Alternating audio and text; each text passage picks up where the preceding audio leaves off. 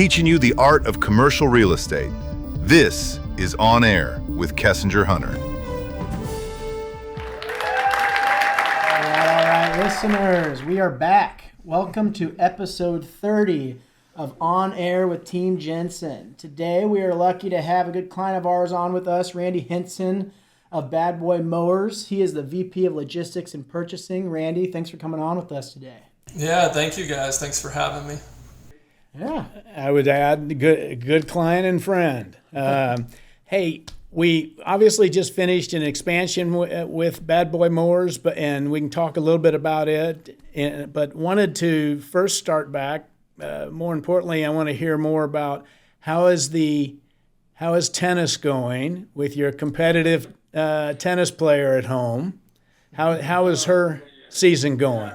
So it's great. We finally got transferred over to Alabama. So I believe she's number 49 in the state Awesome. At 9 years old, playing 12U tennis. So That's crazy. She's doing great. We have a big tournament this weekend. Hopefully she moves up another 10 spots, but she'll be top 20 by the end of the season. So it's going really well. Yeah.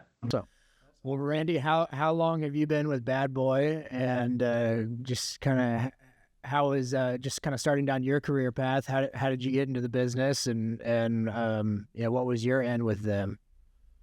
Oh man. So I've been here about 3.5 years now, really working on 4. But they actually found me in Alabama, oddly enough. So I was in the Tuscaloosa area working for a tier 1 supplier to Mercedes at the time. And I think the current HR of Bad Boy was actually automotive too. So he understood the value of having someone from automotive supply chain join the team. And Sure. They were looking for somebody to really lead and take over their supply chain. So they found me, they brought me into the fold, and I graduated, I got my master's from Arkansas. So I'm kind of a house divided. So I'm half Alabama, half Arkansas. I love the outdoors. So both states facilitate those hobbies. So when they called, I jumped on, and I loved that they were a little less bureaucratic than where I was. So small, a big small company moves really fast, and they have that agility, right? So you make decisions quick and you move fast, and that really excited me. So.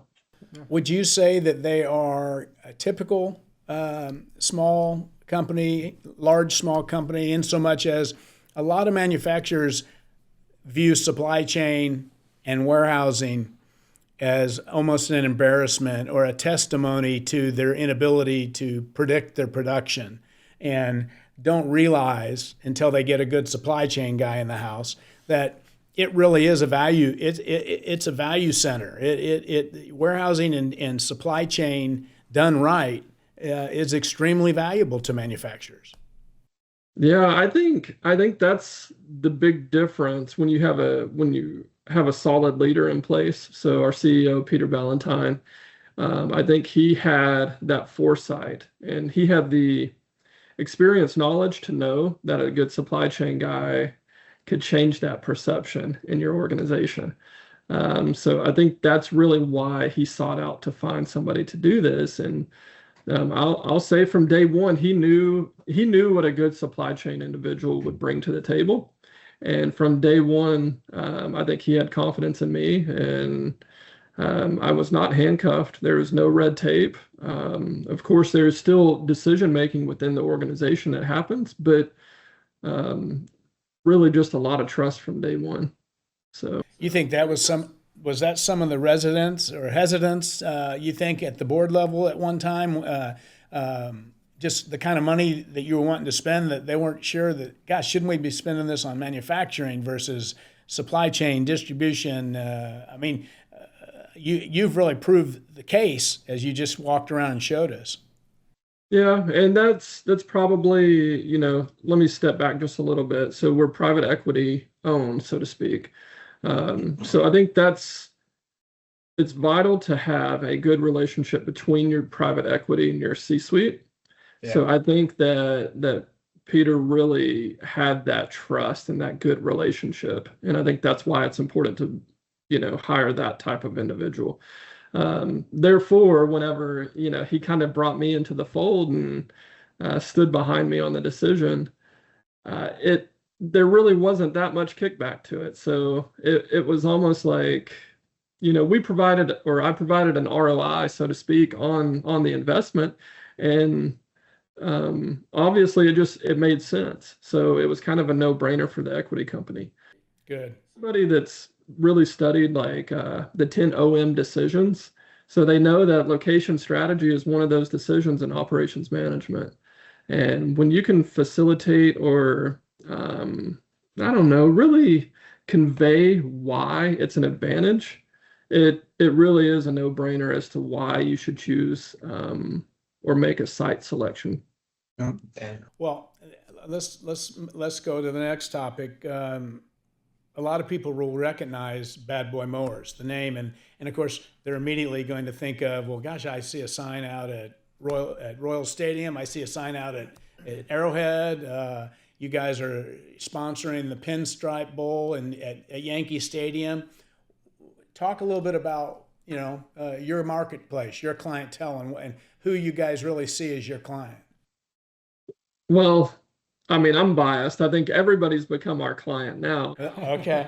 All right. We have thrived in the heart of the SEC, or that sort of Missouri. I would say Missouri to Michigan. MIZ. So yeah, so we're working though. So we're trying to expand into the real deep Midwest, really west of that, into the Fargo, that North Dakota, South Dakota, Montana. We think there's a lot of white space there. But I would say if you think about SEC football, that is where we're at. So yeah, you guys have had strong brand awareness for quite a while. Anybody that watches sports knows the Bad Boy name, but it also, like, you guys have grown into other verticals. I mean, I can close my eyes and picture your commercials and seeing the guy riding around on his residential tractor, but you guys have gotten into a lot more commercial applications and things like that over the years, correct? Oh, absolutely. Yeah. So it's kind of been a struggle, talking to our sales team, to go from residential into the commercial, because a lot of the big guys have gone commercial, but they can't go residential. I think that's what makes us unique, is we're actually starting to bridge that gap in what we call a pro consumer, which is really, we're making commercial tools and equipment, but for consumers at a consumer price. And I think that's what's really helping us gain market share for sure. Yeah. And now the Monroe expansion, that's tractor, right? That's correct. Yeah. So if you think about why Monroeville, so I'm not sure if our listeners are aware, but the Port of Mobile is actually one of the only privately operated ports in the United States. Therefore, it's the second fastest growing port that we have. So what makes that important is, I'm sure that any importer is used to the longshoreman strikes or the labor union strikes on the East Coast or West Coast ports. Yeah. Guess what? I don't have that coming into the Port of Mobile. Right. Better yet, they're able to incentivize you to come through this port because they are privately owned. These big East Coast, West Coast ports, they can't provide incentives to get you to make the decision to come here. So I'm not sure if you remember, Dan, when we were talking about, do we go here or do we go to Savannah? Right. That was one of our earlier conversations before we started meeting with the local economic developments. So I'm so excited to be able to relocate tractors closer to a port, where we're able to actually save on those logistics costs. Yeah. Well, and the building that we bought was 300-something thousand feet, and we started out looking for high 100, low 2s. That's right. We were, if you remember, we were looking in that Savannah area to, I believe, 120 was probably the max. Yeah. Yeah. We were able to get this facility 330,000, and I'm wondering why we didn't get 500,000 square foot. Well, we can help with that too. You know that. Right. Yeah. Well, and I know the Bad Boy brand is pretty strong, and you guys have done an awesome job of making it a household name. But as far as, and it's not, I understand expanding into the Midwest and getting into the commercial sector more. But what do you guys see just on a more specific basis? What do you see the next, envision the next 5-10 years looking like for Bad Boy Mowers? Kind of like a macro sense. Yeah. Yeah. I think it's continuing to add new product lines. So I'm not sure if you guys are aware, but we just launched our first stand-on mini skid. So kind of breaking over into the landscape/construction zone. Yeah. We also just acquired a company that really makes this sort of state-of-the-art, very niche sort of articulated swing steer. So very unique product, very cool, helps us reach a totally different market. So I think that as we grow horizontally in different offerings, it's going to bring a new clientele to our bread and butter, so to speak. Yeah. So as we offer the swing steer, the stand-on skid steer, it's going to bring awareness and attention to our mowers and our tractors. Sure. Because it'll get you into some of those places that weren't willing to look at you beforehand. Because I'm sure there's a lot of commercial users out there that want their whole fleet to be from one manufacturer, so it probably simplifies things for them. That's right.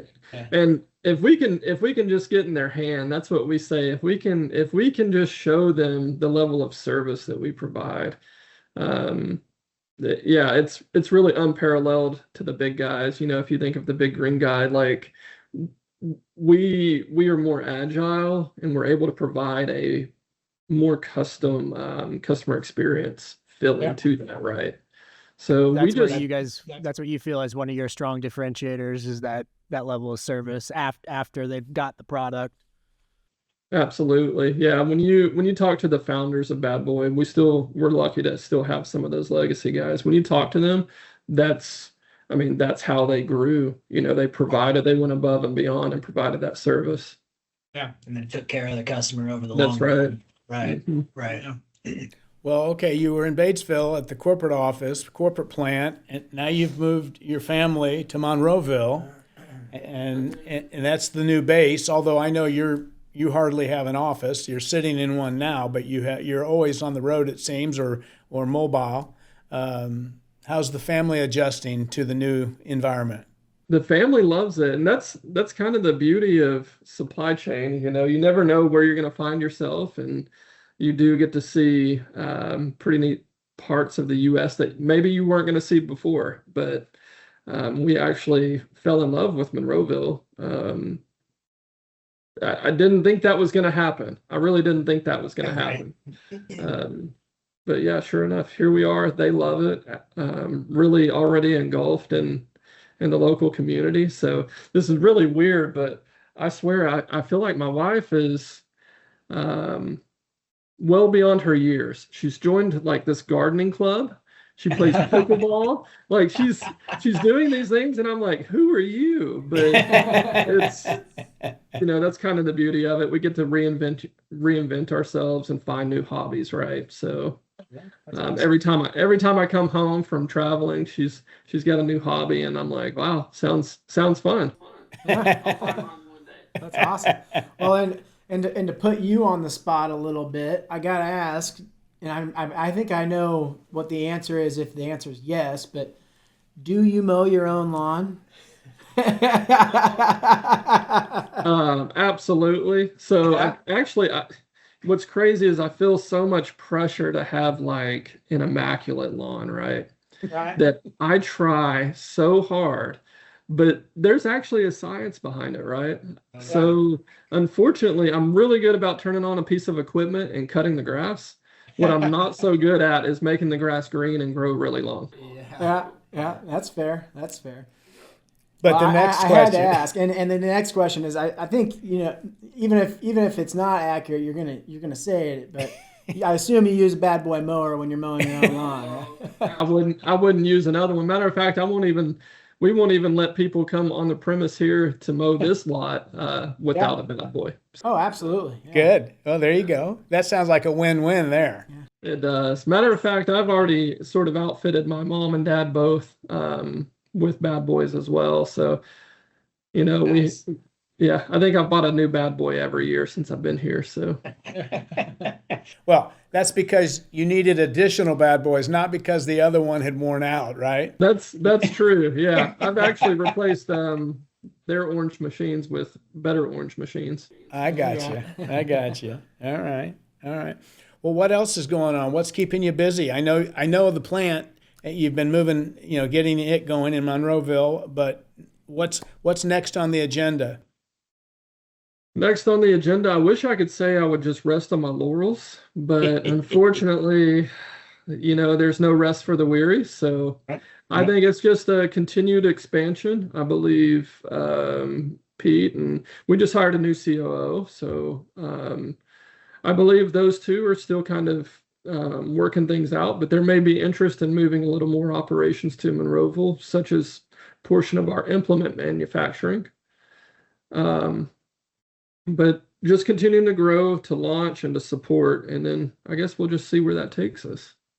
Good. You guys doing, from a global scale, whether that's suppliers or vendors, were you impacted greatly or negatively by, the tariff, the volatility of the tariffs over the last 12 to 18 months? I'm just curious kind of what your global reach or, from a doing business together standpoint is, and how that impacted you over the last calendar year. Yeah, I think it definitely tightens the market, but good for Bad Boy that we have someone really strong in supply chain. So Yeah, sure. kudos to me. I'll pat myself on the back. It gets a There you little go. lonely at the top, so I will do that. But so I'm not going to say that it's been a huge detriment to us. So we've offset a lot of those tariffs with strong location strategy decisions. Sure. So even the relocation of tractors to this area, using the Port of Mobile to be a cross dock, we've cut so much out of our logistics that we were able to actually offset and mitigate those tariffs. So, Well, that's great. That's an interesting point that the tariffs had effect, but you were getting so much more efficient with your supply chain that you were able to basically to absorb them. You're strategic enough that those costs aren't getting passed through to ultimately the customer, which is huge, because that's not everyone can say that for sure. that's exactly it. Matter of fact, I took a playbook out of it was actually one of Pete's plays during COVID. I think he made the decision to hold pricing, right, when everybody else was increasing.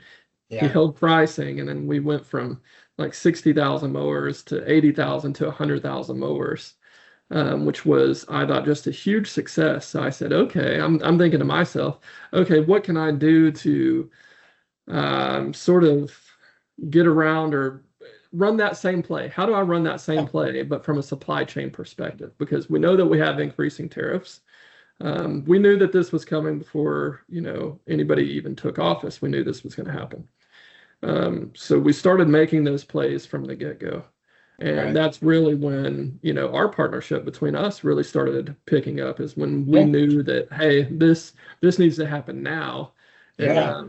Yeah. very, very fortunate that it happened when it did. And now we're able to hold pricing rather than increase. And guess what we're going to do this go around? So we had COVID, which was an obstacle for many that we turned into a benefit. And then we had tariffs, which was an obstacle for many that we're now turning into a benefit. Yeah. Yeah, No, we're that's awesome. reaping that reward. Yeah, that's one of the benefits of being a large but small, nimble company. You know, I certainly hoped that helped that everyone was home looking at their grass grow long and wanted to be outside, you know, not in an enclosed environment. So I'm sure that helped the mower sales. But Rather than buying a new desk in my office, I think I'm going to get a new mower at home. Yeah. right. Yeah. Well, what about the East Coast facility? Did you guys pull out of it, or are you still doing some distribution through there? We are still doing distribution out of Shippensburg, Pennsylvania. So that's really the Northeast. If you think about it, that's Michigan to North Carolina. But that's the mower distribution. And I believe, we weren't sure like where we were going to be in that, in that region. So we just sort of did a 5-year lease with the local economic development there. But, if you're thinking about going to a region and you have probable cause to expand there, chances are high you're going to be committed. So here we are thinking to ourselves, yeah, we're committed now. So I don't know where we would be without it. So I think it's, in the very near future, it'll be, okay, how do we position ourselves in this region long term? Yeah. Yeah. Well, I know obviously we didn't take that approach in the Southeast. Right. Well, we know some guys that can help you with that when you're ready for that, for sure. I bet we do. Something I hadn't brought up yet, and I hope I'm not speaking out of turn for Bad Boy, but we are looking at Bad Boy Canada. So that Northeast region is that would be pivotal in supporting that as well. Sure, that's great. Is most of your residential business, I mean, is it direct to consumer through e-commerce, through your guys, like, is a general consumer jumping on your website and shopping for a residential mower for their own use? Or, because I'm curious, some of those some of your residential competition that, has their mowers sitting over at Home Depot or Lowe's, do you guys have any discussions with those kind of big box retailers? So I'm, out of the respect for our dealer network, I don't know that that's really our play. So Kevin and Jonathan, who's over our sales team, have really held on to the vision of those that made us are the ones we'll continue to support, which is that dealer network. Sure. While we have a really good online presence and people do come shop on our website, but when they actually get ready to order, it shows them and gives them the ability to order through their local dealer. Gotcha. So they can order and it'll deliver to that local dealer, making that dealer really giving that dealer a lifetime customer. Sure. Yeah. Well, and it really, and if I had to guess, it's a strong benefit for your customers because I was talking about this earlier this morning in another meeting, but there's going to be customer service that they can offer and help take care of any long-term troubleshooting or anything like that I assume is a strong value for you guys and something that makes sure your customers are being taken care of properly. And with that strong relationship with your dealer network, that kind of relationship is going to exist. That's right. I think the dealer, they're set up to service that customer and provide that face that we want right there, right? So we can't be everywhere short of setting up our own dealerships. So we rely heavily on them. We respect them, and because of that, we don't really look at the big box guys. But we are definitely approached. I'll bet. Yeah. I'll bet. We love our dealer network. So 1,400 dealers today. So across the whole, I mean, is there a gap in the continental United States that's missing, or do you guys kind of reach everywhere through that dealer network? Yeah, I mean, we reach everywhere. I know you're predominantly in the Southeast, but I don't know how strong we are there in Alaska, but but yeah, we have a pretty good reach here, and we're looking to continue that growth. So we joined you at your supplier summit in Denver last year. Do you guys have another supplier summit set up or coming? And if so, where? We do. So we're meeting in Washington, D.C. this year. So you will see that invite come out shortly. So that's kind of breaking news if anybody's listening here. Ah, there you go. There you go. 6 people in the country will know now. So the 3 of us and our other 3 listeners. Yeah, my mom, their grandmother, and no, that's great. Well, good. That'll be interesting. That'll be interesting. And what else have we not covered? Well, you can, and I'm sure it makes your day to day and this recent move to Monroeville easier on your shoulders when you come home and know that the family is enjoying the new location and entrenching themselves in the community well and being well received. So that's got to be a relief, I'm sure. Yeah, absolutely is. So now we're just torn. Do we embrace the beach life or do we still fly to go ski? So Yeah. Right. Yeah. Both. Yeah, we're both. Yeah. a little bit of both. Well, and you're not missing much of a ski season, at least out west this year. The Rockies are getting a little bit more snow right now, but it's been pretty barren. But Yeah, we actually went to Vermont this year, and thankfully so. We planned that trip, and I had friends that were out in Colorado at the same time, and we were exchanging videos, and they were like, "Man, you made the right call." So One of the first few times that East Coast had better snow than West Coast, but yeah. Well, and Kurt and Stu were out at our place a couple weeks ago. A week ago for Kurt's bachelor party. He's getting married in May. Yeah. I don't know if we told you that or not. Thank you. Yeah, we had a little bachelor party miracle. We had like almost a foot of snow the 48 hours before we got to the mountain. So it was It helped. it helped, yeah. I think they're getting a little more, but we had a good time, and even though today's Friday, I'm finally feeling fully recovered, and it was a fun trip. You mentioned you did your master's at Arkansas. Is that right? that's correct. Yeah. Where was your undergrad? So at Southwestern, just right there in Kansas, Winfield, Kansas. So Okay. I'm a mound builder. It's one of the oldest Methodist schools in the United States. Cool. Got you up to the state of Kansas for a while. Yeah. You're probably skiing. Did you make it out to the Rockies quite a bit when you were in school then? Oh, no, not really. As much So as you think, yeah. yeah, not really. Yeah. Right there So by the Arkansas border. So that's kind of why, just back and Gotcha. forth between Arkansas and Kansas. So Who's your college football team? yeah. Years in Tuscaloosa, it sounds like. Yeah. So it's Razorbacks. Okay. It's so hard. Nobody's mad at me for it because they're like, "Oh, poor you." Right. Yeah, you start beating them, they'll get mad at you. Yeah, that's right. That's right. You tell them you're a Roll Tide fan, and everybody will hate you. So lucky for me, nobody hates me. They actually pity me, but yeah, I'm a woo pig. The Woo Pig, huh? All right. Yeah, we understand the pity as Mizzou fans. Yeah. Yeah. We've been there. At least your basketball program's kind of coming back around though right Yeah, now. it's exciting. Yeah, We still well, got one They left say to money get can to buy games. happiness, but they might be able to buy a basketball team. We'll see. Yeah, that's right. Yeah. That's right. Well, Randy, thank you for your time. Appreciate it. Appreciate you getting on with us. And like I said, we wanted to talk as much about you and the company as we did the deal we did together. What else?